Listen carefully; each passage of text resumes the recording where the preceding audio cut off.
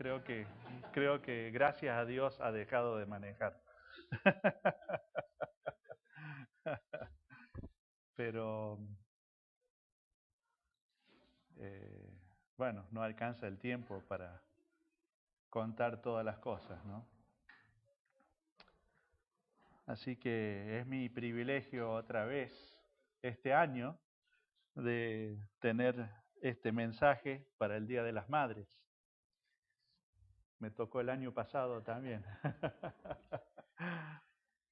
Así que ya es oficial ahora. No. Eh,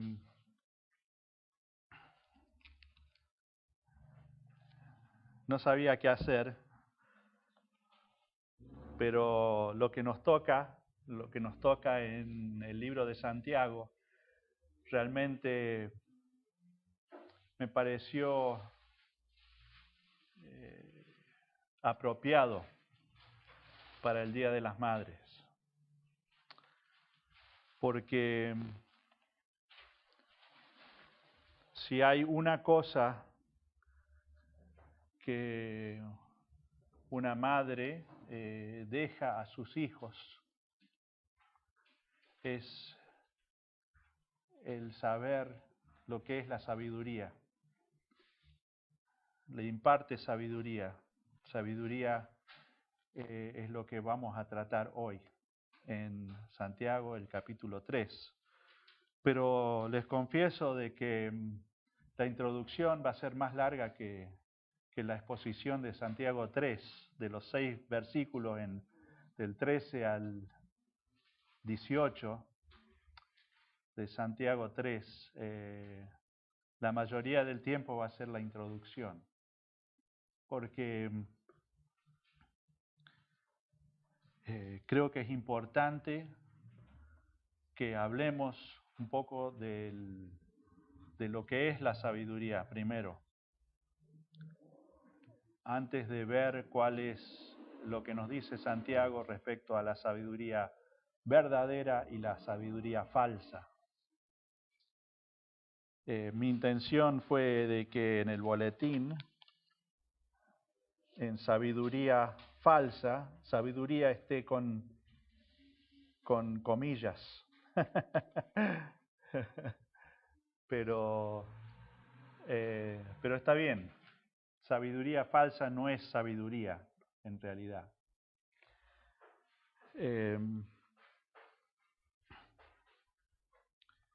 Pero si creen los padres que van a zafar hoy, lo lamento, porque en realidad empieza ahí, en la familia. Proverbios 1, 7 y 8 dice: el principio de la sabiduría es el temor de Jehová. Los insensatos desprecian la sabiduría y la enseñanza. Oye, hijo mío, la instrucción de tu padre, y no desprecies la dirección de tu madre. Padres, empieza ahí. Y la madre es la que aplica, da dirección basado en la instrucción del padre. Así que vemos acá que el principio de la sabiduría o la base de la sabiduría es el temor de Jehová. La base de la sabiduría es el temor de Jehová. Vemos en Proverbios 13, 14 que el tema este de la sabiduría no es cosa liviana, es cuestión de vida o muerte. Dice el versículo 14, la enseñanza de los sabios es fuente de vida y libera de los lazos de la muerte.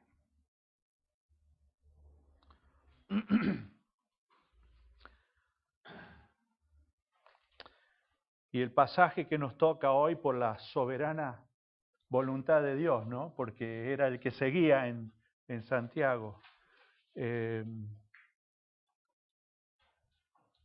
Trata justamente de eso, del tema de la sabiduría. Describe la sabiduría falsa y la verdadera. Y nos da unas pautas para poder distinguir, para poder reconocer lo que es verdadera sabiduría y lo que es falsa sabiduría. Así que quiero lograr dos cosas esta mañana. Primero, ver el punto de vista bíblico, del punto de vista bíblico, en qué consiste la verdadera sabiduría. Y segundo, ver del punto de vista práctico cómo adquirir la sabiduría verdadera. Pero antes de hacer eso, quiero desarrollar un marco teológico.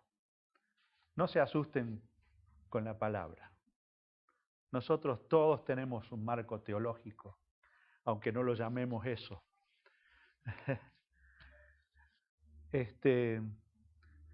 El marco es este. Primero, lo más importante para Dios es Dios. Lo más importante para Dios es Dios. Segundo, Dios diseñó al mundo para que el resultado final sea su gloria y mi gozo.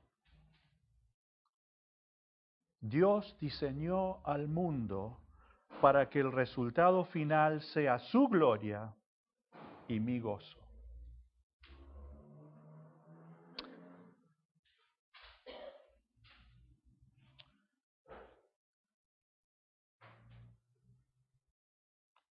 Así que a los padres y madres, no hay lección más importante que puedan dejarles a sus hijos.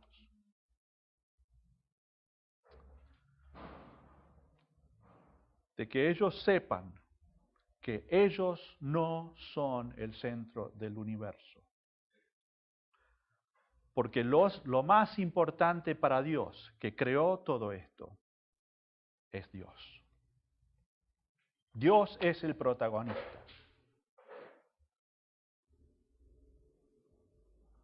No tu hijo. Y en segundo lugar, de que Dios diseñó todo con el resultado final de que Él sea glorificado.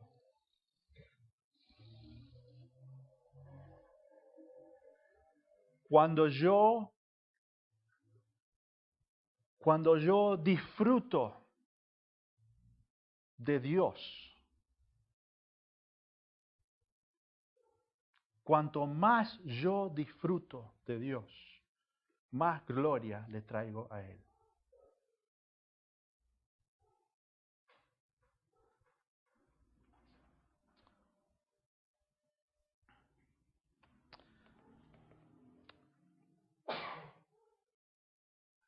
Ni ustedes ni yo somos los protagonistas. Pero yo digo, yo quiero ser el protagonista muchas veces. En mi casa quiero ser el protagonista. Quiero ser el más importante. Quiero que mi esposa me trate así y así. Me diga, ay querido, hoy te hice bife de chorizo porque sé que te gusta. Y no te hagas problemas. Esto cuando tenía a los chicos en casa, ¿no? No, los chicos no te hagan problemas, están ahí, los metí en el sótano. Para que vos estés tranquilito. Quédate ahí. Acá está el diario.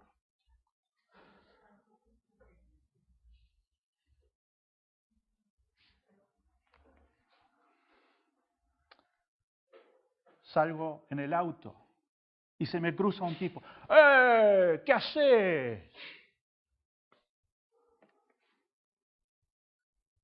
Nunca se me cruzó por la mente que en realidad no me vio.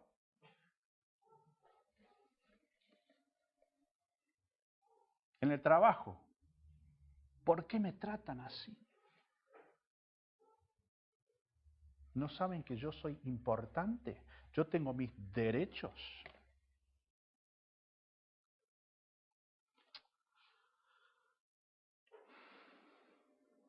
Yo quiero ser el protagonista. Me olvido de que no soy el protagonista.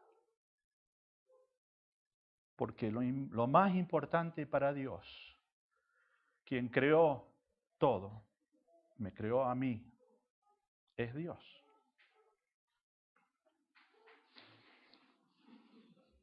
Digo, Dios, si es que existe, existe para que yo sea feliz. Y, de paso, si yo soy feliz, queda bien Él.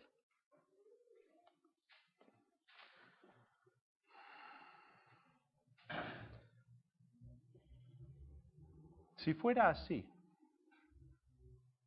si yo fuera el protagonista y Dios se encargara de que yo esté feliz, Dios sería un idólatra. ¿No es cierto?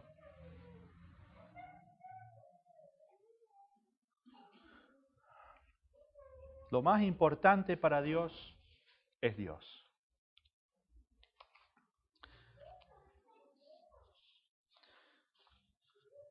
Vamos a un pasaje que es muy conocido. Salmo 23. Les voy a leer dos pasajes para que vean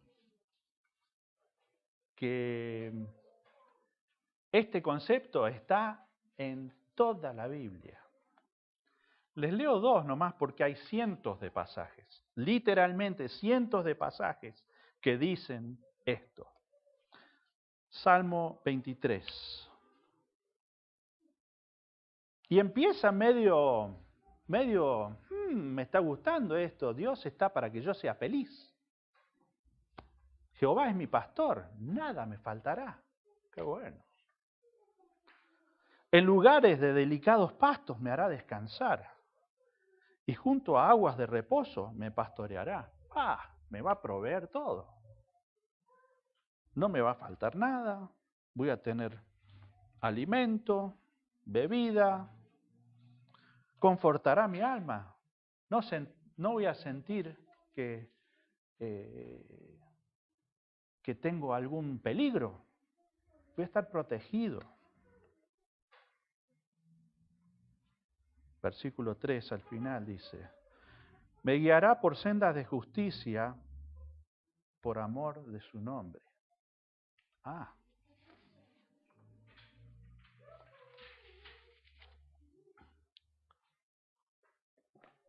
¿Vieron eso? La nueva traducción viviente dice, me guía por sendas correctas y así da honor a su nombre.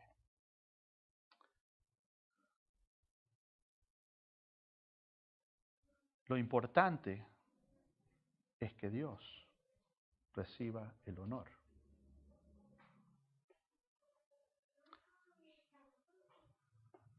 Porque lo importante para Dios es Dios. Efesios 1, versículos 3 al 6. Bendito sea el Dios y Padre de nuestro Señor Jesucristo, que nos bendijo con toda bendición espiritual en los lugares celestiales en Cristo, según nos escogió en Él antes de la fundación del mundo, para que fuésemos santos y sin mancha delante de Él. En amor, habiéndonos predestinado para ser adoptados hijos suyos por medio de Jesucristo, según el puro afecto de su voluntad, para alabanza de su gloria. de la gloria de su gracia, con la cual nos hizo aceptos en el amado, para alabanza de la gloria de su gracia.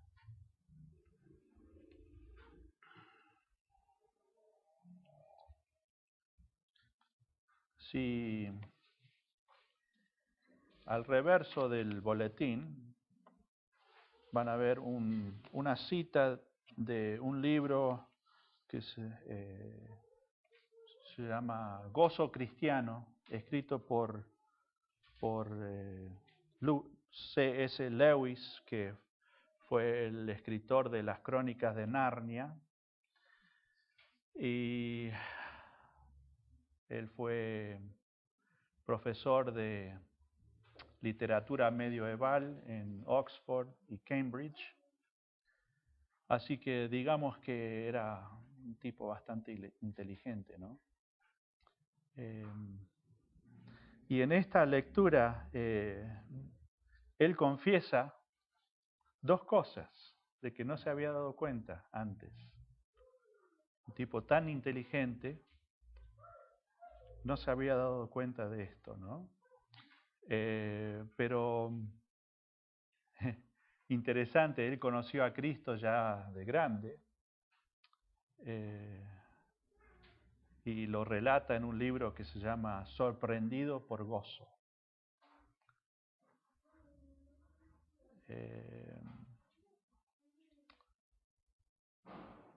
Dice que al principio cuando Cristo lo agarró, ¿no? Como él era agnóstico,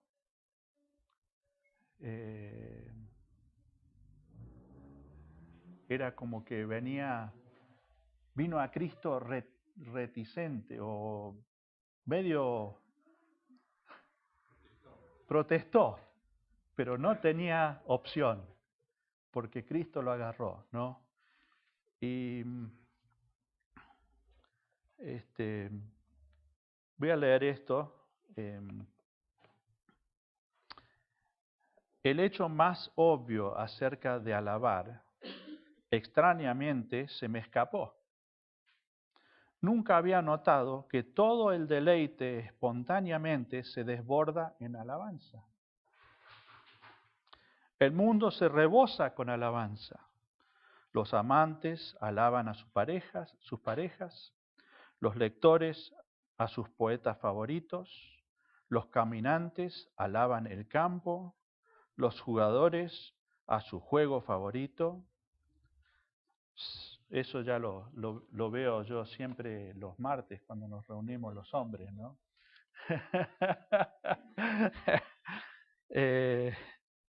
Se elogia el clima, a los vinos, a los platos, los de Karina,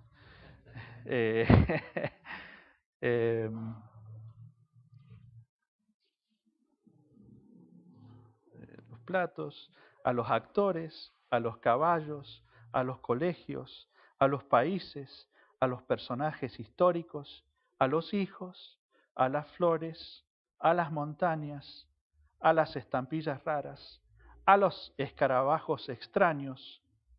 Y esto me causó risa porque obviamente Lewis no vivía en estos tiempos ni en este lugar.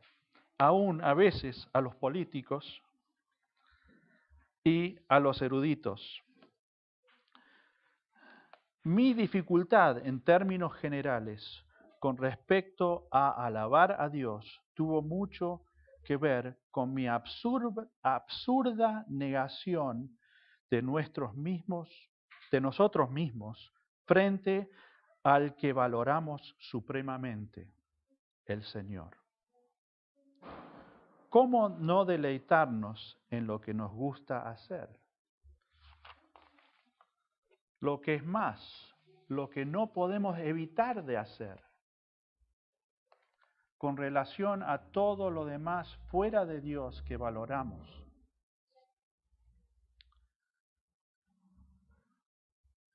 Y esto es algo que Dios me ha mostrado hace poco, ¿no? de que Dios me hizo de cierta forma. Dios me hizo que gustara de ciertas cosas.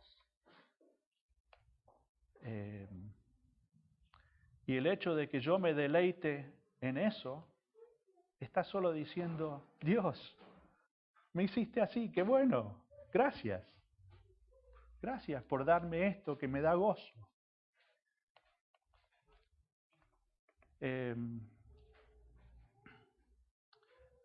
Yo pienso que nos encanta alabar lo que disfrutamos, porque la alabanza por sí sola no solamente se expresa, sino que cumple con este estado de deleite, su clímax designado. No está fuera de lugar cuando los enamorados se la pasan diciéndose el uno al otro lo maravilloso que son. El deleite está incompleto hasta que es expresado.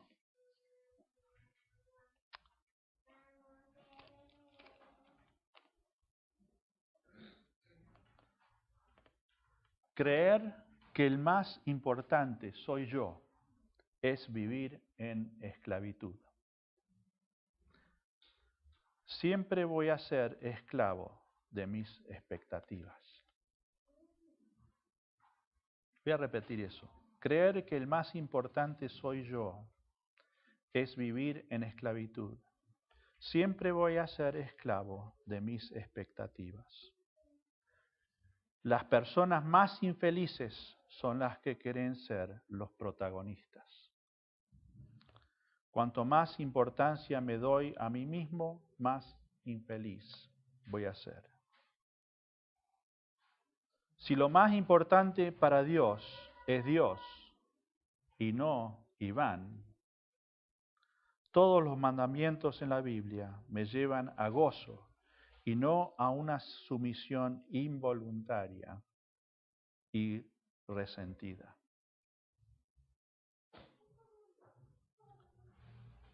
Está Coco esta mañana, así que lo voy a usar de ejemplo. Un día, capaz que Coco tenga esta conversación supuesta con un hombre casado. Digamos que el hombre está en un matrimonio, está renegando. Y le dice, che, contame, ¿cómo es el matrimonio? Yo algún día me quiero casar, así que contame. Y el tipo dice, oh, Coco, yo todas las noches, le pido a Dios que me quite la vida. No aguanto más. Hago ayuno y oración, le pido a Dios que me quite la vida. ¿Qué les parece? Va a tener ganas, va a decir Coco, ¡ay, qué bueno! No espero el día que me pueda casar.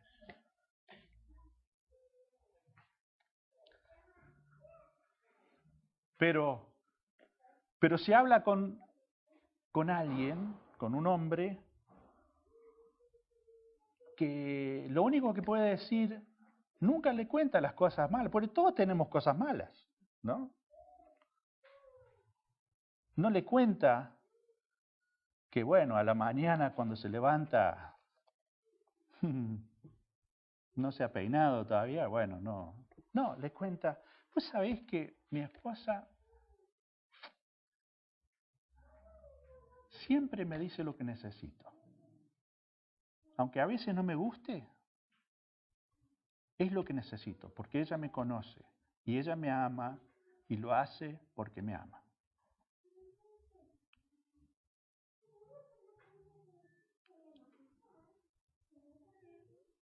Va a tener una actitud un poco diferente, Coco, después de esa conversación, ¿no?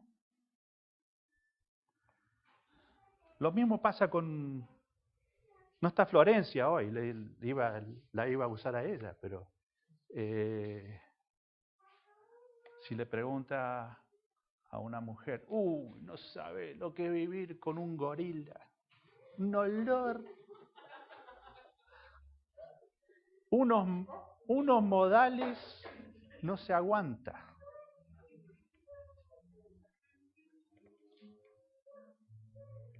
Pero si habla con otro que dice, vos sabés que mi marido siempre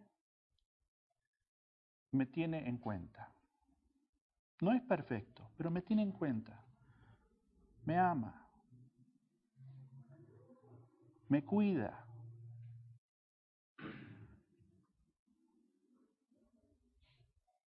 Habla bien de mí. Me anima. Me protege. Provee. La actitud va a ser diferente, ¿no?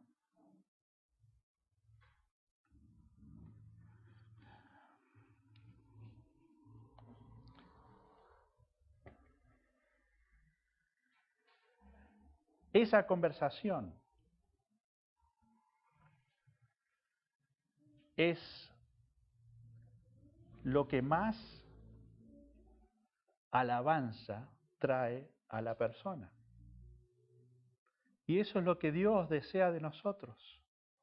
Que nosotros estemos deleitando tanto, tanto, tanto de Él. Porque lo más importante para Dios es Dios. Y cuando eso se desborda en alabanza, estamos diciendo, Dios es lo más importante. A Dios sea la gloria.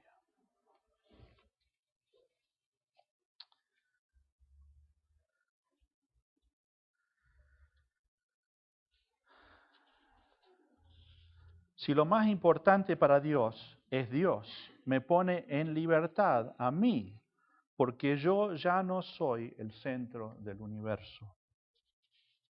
Si lo más importante para Dios es Dios, podemos confiar en todos sus mandamientos, porque Dios no desea nuestra sumisión forzada, sino que desea que nos deleitemos en obedecerle. Dios diseñó el mundo para que el resultado final sea su gloria y mi gozo. Este es el marco. Lo más importante para Dios es Dios. Y Dios diseñó el mundo para que el resultado final sea su gloria y mi gozo. Proverbios 8, empezando con el versículo 22. Lo voy a leer nomás, ni tienen que seguir, aunque si no me tienen confianza pueden leerlo. Leerlo en la Biblia. El que habla aquí en este proverbio es la sabiduría. La sabiduría. Dice versículo 22, Jehová me poseía en el principio, ya de antiguo, antes de sus obras. Eternamente tuve el principado, desde el principio, antes de la tierra. Antes de los abismos fui engendrada. Antes que fuesen las fuentes de las muchas aguas. Antes que los montes fuesen formados. Antes de los collados ya había sido yo engendrada. No había aún hecho la tierra, ni los campos, ni el principio del polvo del mundo. Cuando formaba los cielos, allí estaba yo. Cuando trazaba el círculo sobre la faz del abismo, cuando afirmaba los cielos arriba, cuando afirmaba las fuentes del abismo, cuando ponía al mar su estatuto, para que las aguas no traspasasen su mandamiento. Cuando establecía los fundamentos de la tierra, con él estaba yo ordenándolo todo. Y era su delicia de día en día, teniendo solaz delante de él en todo tiempo. Me regocijo en la parte habitada de su tierra, y mis delicias son con los hijos de los hombres. Ahora pues, hijos, oídme. y bienaventurados los que guardan mis caminos. Atended el consejo y sed sabios, y no lo menospreciéis, Bienaventurado el hombre que me escucha, velando a mis puertas cada día, aguardando a los postes de mis puertas, porque el que me halla, hallará la vida y alcanzará el favor de Jehová. Mas el que peca contra mí, defrauda su alma. Todos los que me aborrecen aman la muerte. Como dije antes, es cuestión de vida o muerte. Si prestamos atención a la sabiduría. La definición o la base de la sabiduría es el temor de Jehová. La verdadera sabiduría trae vida y gozo. La falsa sabiduría perjudica y trae muerte. Santiago 3, llegamos. Santiago 3, versículo 13 al 18. ¿Quién es sabio y entendido entre vosotros? Muestre por la buena conducta sus obras en sabia mansedumbre. Interesante que Santiago no suelta el tema de las obras, ¿no? La fe sin obras es muerta. Si vos decís que tenés sabiduría, pero no lo mostrás, lo lamento, es sabiduría falsa. Pero si tenéis celos amargos y contención en vuestro corazón, no os jactéis, ni mintáis contra la verdad. Porque esta sabiduría no es la que desciende de lo alto, sino terrenal, animal, diabólica. Porque donde hay celos y contención, allí hay perturbación y toda obra perversa. Pero la sabiduría que es de lo alto es primeramente pura, después pacífica, amable, benigna, llena de misericordia y de buenos frutos, sin incertidumbre ni hipocresía. Y el fruto de justicia se siembra en paz para aquellos que hacen la paz. La verdadera sabiduría dice, lo más importante para Dios es Dios. Y Dios diseñó al mundo para que el resultado final sea su gloria y mi gozo. La falsa sabiduría dice, Dios existe para mí, para mis fines. Y la verdad es lo que yo decido. Yo decido lo que es mejor para mí. Vamos a ver la falsa sabiduría primero. Versículo 14 nos dice que nos describe. Si vos ves esto, ojo, esto es falsa sabiduría. Si tenéis celos amargos y contención en vuestro corazón, está describiendo la falsa sabiduría. Es obvio, no es para menos, ¿no es cierto? Si yo soy el más importante, si todo gira alrededor mío, voy a tener celos amargos. Y voy a tener contención en mi corazón. ¿Por qué? Porque el de al lado piensa lo mismo. Piensa que el mundo gira alrededor de él. Entonces yo, si él canta mejor que yo, o tiene más pinta que yo, o tiene un puesto mejor que yo voy a tener celos amargos. Porque todo debe girar alrededor mío. Yo debo ser el centro. Eso va a crear contención.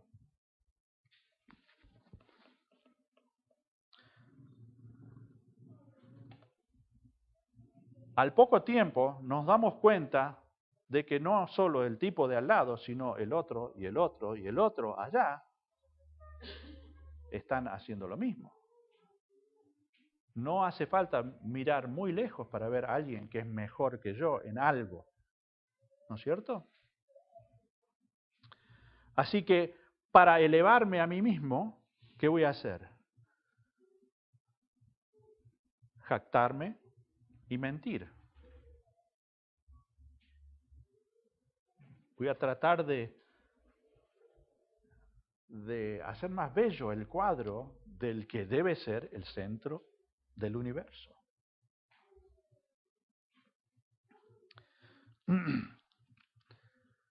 Pero esta sabiduría, versículo 15, no es la sabiduría que desciende de lo alto.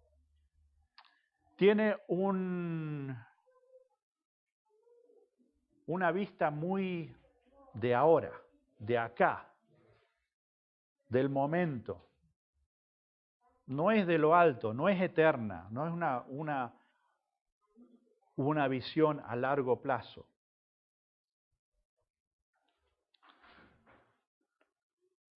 No es de lo alto, sino terrenal, del momento, de ahora. Es animal, manejada por los instintos, manejada por los impulsos, no manejada por el Espíritu y el poder del Espíritu Santo. Y es diabólica.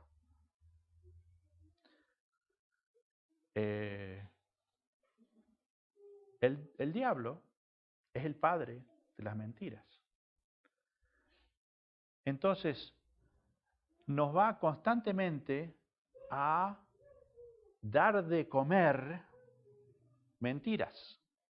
¿Cuáles son las mentiras? Dios existe para vos. Nunca han oído eso, ¿no? Dios quiere que seas feliz. Dios te hizo porque estabas solito. Necesitaba que estés vos para darle compañía.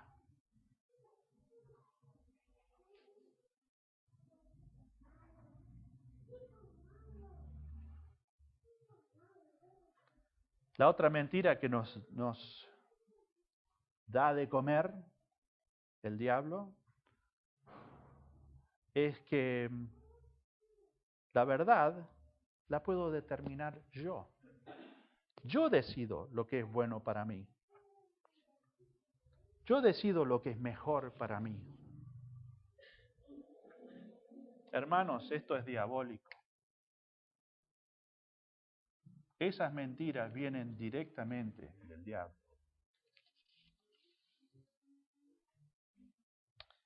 Vamos a ver la verdadera sabiduría. Versículo 17 me dice que es de lo alto. Tiene una vista eterna. No está enfocada en el ahora, en el momento.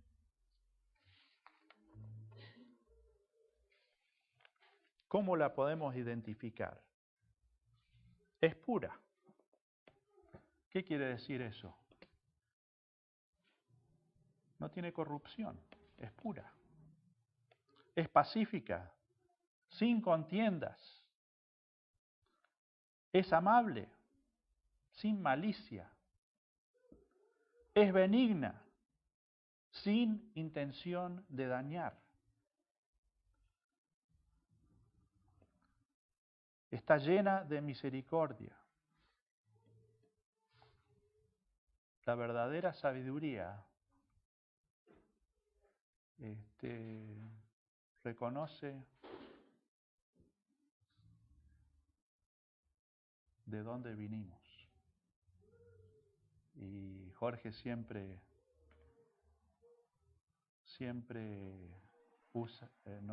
nos cita un versículo creo que es en los Salmos, de que no tenemos que olvidarnos del peñón o del...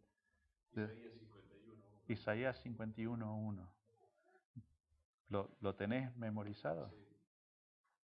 Dice, acordaos del hueco de la cantera de donde fuisteis arrancados. Sí.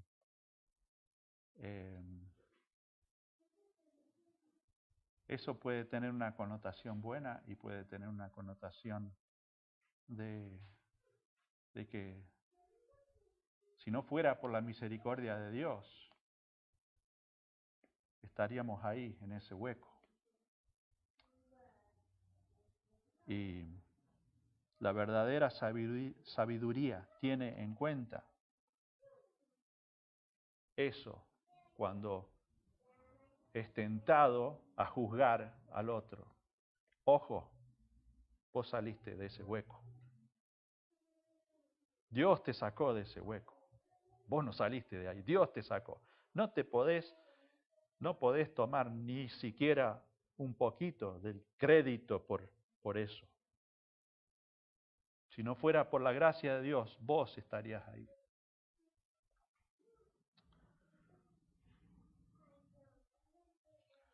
Y está llena de buenos frutos. Me llevó al pasaje en Gálatas 5, 22 y 23. Mas el fruto del Espíritu es amor, gozo, paz, paciencia, benignidad, bondad, fe, mansedumbre, templanza. Contra tales cosas no hay ley. Y termina que es sin incertidumbre y sin hipocresía. Sin incertidumbre, al principio en el versículo 13 menciona que muestra sus obras en sabia mansedumbre. Creo que he usado la ilustración del percherón, ¿no? Que cuando no estaba el dueño y yo tenía que pasar cerca de esta enorme bestia, creía que me iba a matar.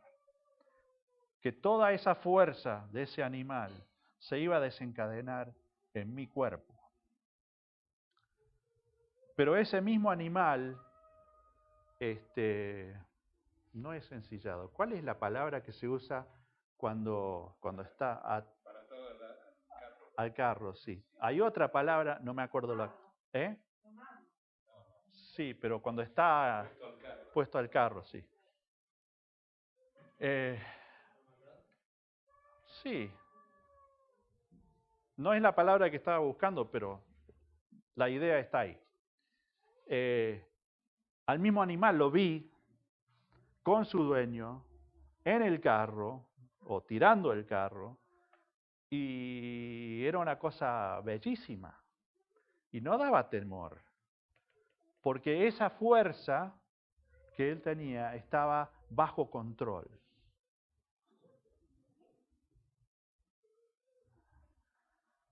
Y esta sabiduría, las obras que produce esta sabiduría van a estar producidas en mansedumbre, bajo control, útiles, no destructivas y sin hipocresía, sin caretas. Y el fruto de justicia se siembra en paz para aquellos que hacen la paz. Me gusta cómo lo dice otra versión, porque lo estaba pensando, ¿qué quiere decir exactamente esto? Y dice, y los que procuran la paz siembran semillas de paz y recogerán una cosecha de justicia. Y los que procuran la paz siembran semillas de paz y recogerán una cosecha de justicia.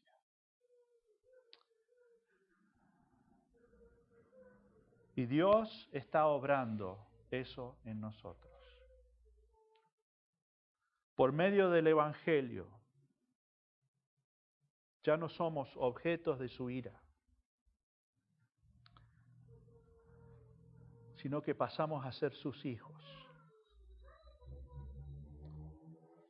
Y el momento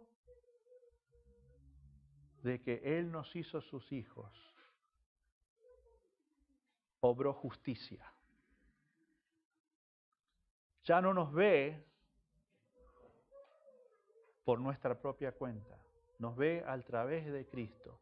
Así que esa justicia fue imputada, eso es un término teológico, pero que en lo más real posible, en los ojos de Dios, yo soy totalmente justo en ese momento. Ahora eso quiere decir de que a la hora no hago algunas cosas o a las 2 horas o al día o al año o al mes, que no hago cosas que no reflejan eso. Lamentablemente, aunque está en la soberana voluntad de Dios, de que es un proceso. Todo el libro de Santiago habla de eso, de que nuestra vida en Cristo es una vida de progreso, no de perfección. Estaba hablando a creyentes que tenían problemas, que vivían en un mundo caído, que no siempre hacían lo que debían hacer, pero que la vida del creyente es una vida de progreso. No vamos a llegar a la perfección hasta que estemos en su presencia.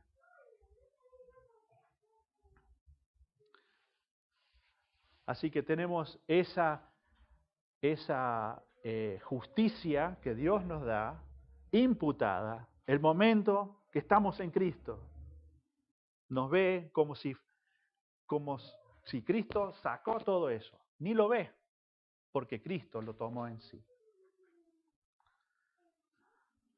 Pero después nos imparte justicia. A diario. Progresivamente.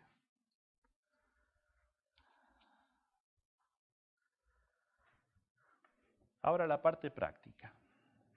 ¿Cómo podemos crecer en sabiduría verdadera? ¿Y cómo podemos identificar sabiduría verdadera? Creo que el pasaje nos da un cuadro. Pero hay 3 cosas que quiero dejarles. La primera es conocer al Dios de la Biblia. Conocer al Dios de la Biblia. Noten que no dije conocer la Biblia. No es cuestión de memorizar versículos. No es cuestión de memorizar fechas. No me importa si me podés decir cuándo fue el exilio.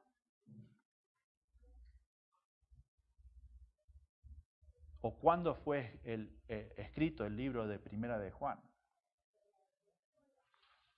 Lo que sí importa es que conozcamos la naturaleza y el carácter del Dios de la Biblia.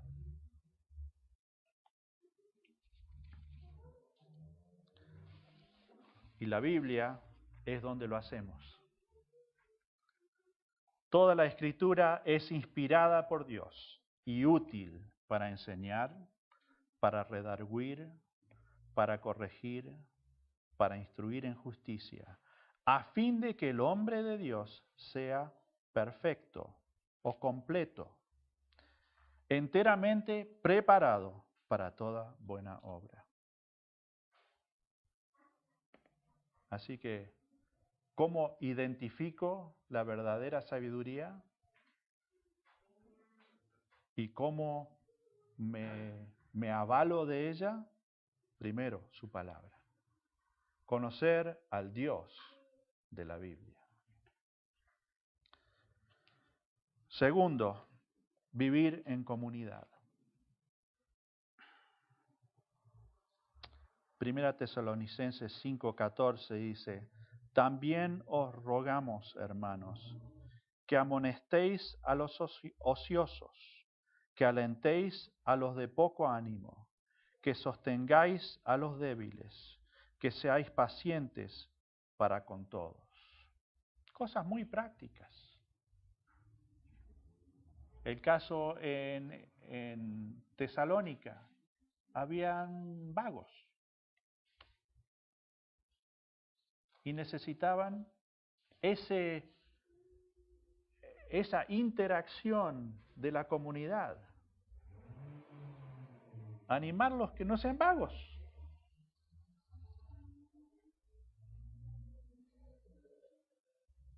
Si tenían poco ánimo, darles ánimo. Si estaban débiles, de sostenerlos. Y todo esto con paciencia.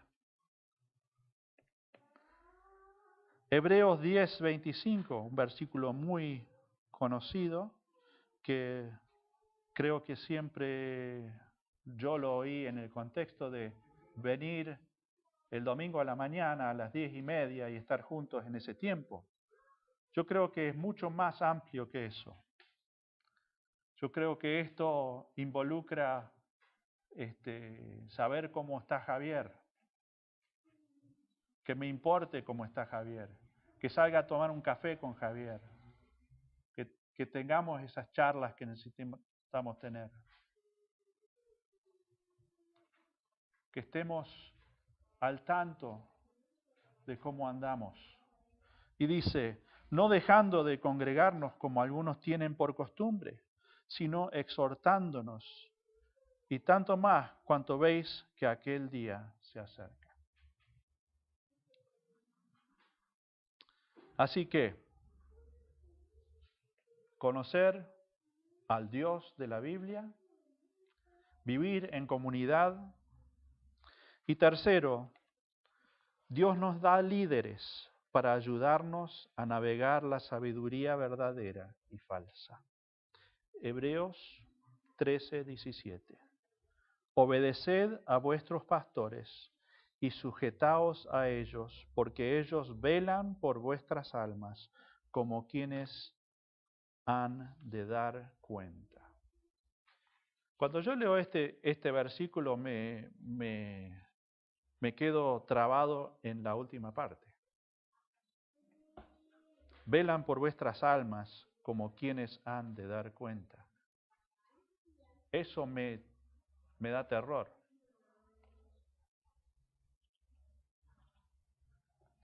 La responsabilidad es muy grande. Pero Dios dio a personas a la iglesia que están en la posición de liderazgo para servir a la iglesia. Y en este caso estamos hablando de la sabiduría.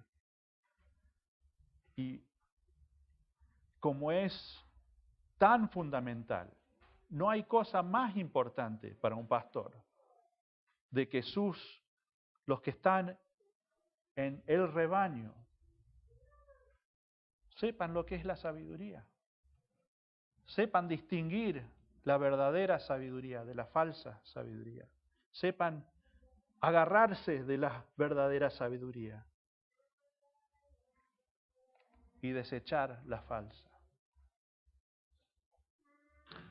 ¿Por qué?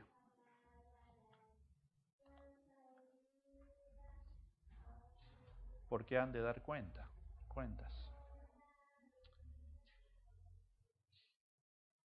Es una cuestión de vida o muerte. Es una cuestión de vida o muerte para cada uno de nosotros. Es una cuestión de vida o muerte para nuestros hijos.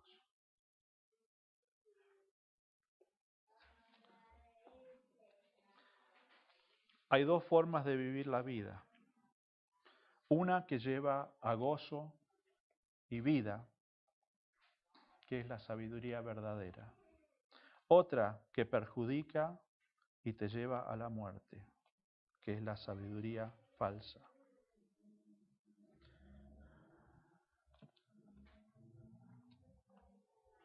Juan 3:17 nos dice, porque no envió Dios a su Hijo al mundo para condenar al mundo, sino para que el mundo sea salvo por él.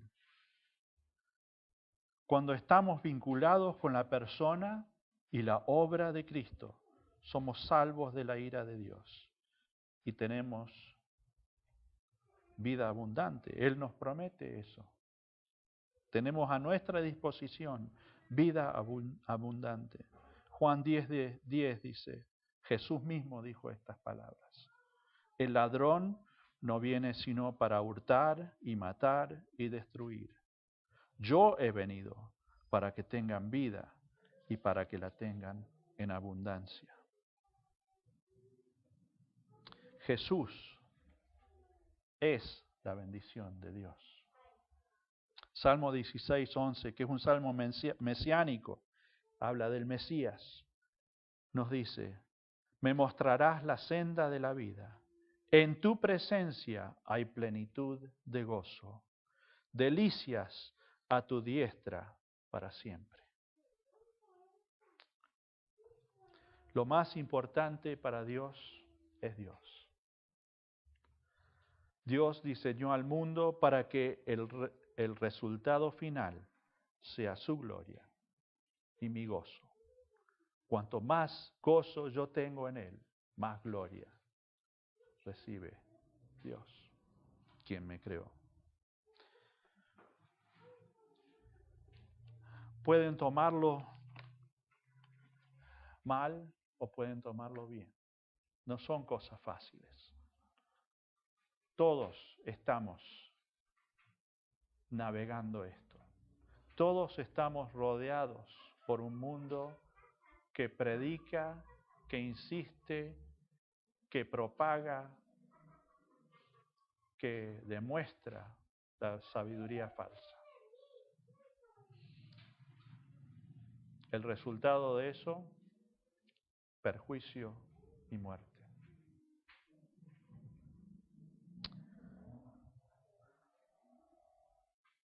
Como pastor, que tiene que rendir cuentas.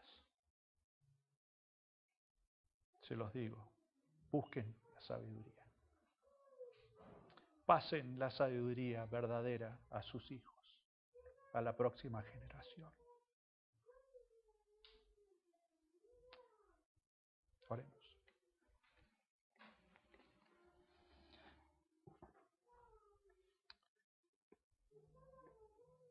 Padre, gracias por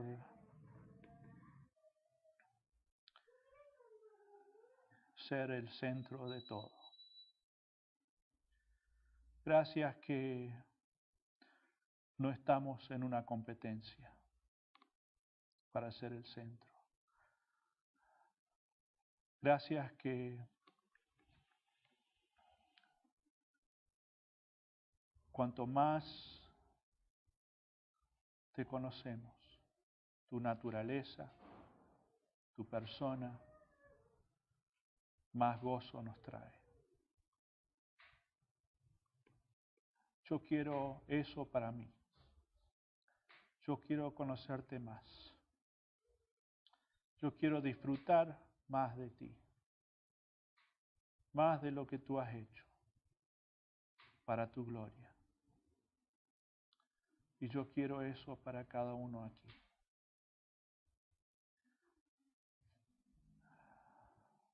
Que en tu palabra te conozcamos. Que en este cuerpo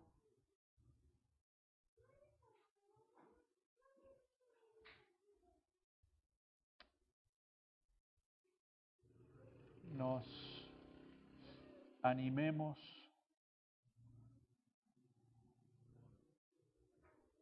nos bendigamos los unos a los otros. También hacia conocerte mejor, disfrutarte más.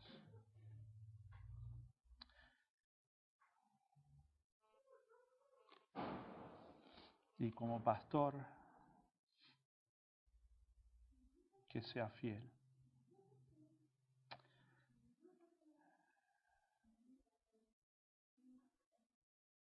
Y como creyente, que me avale de lo que tú has regalado a la iglesia. Gracias, Padre, por tu palabra. En el nombre de Jesús.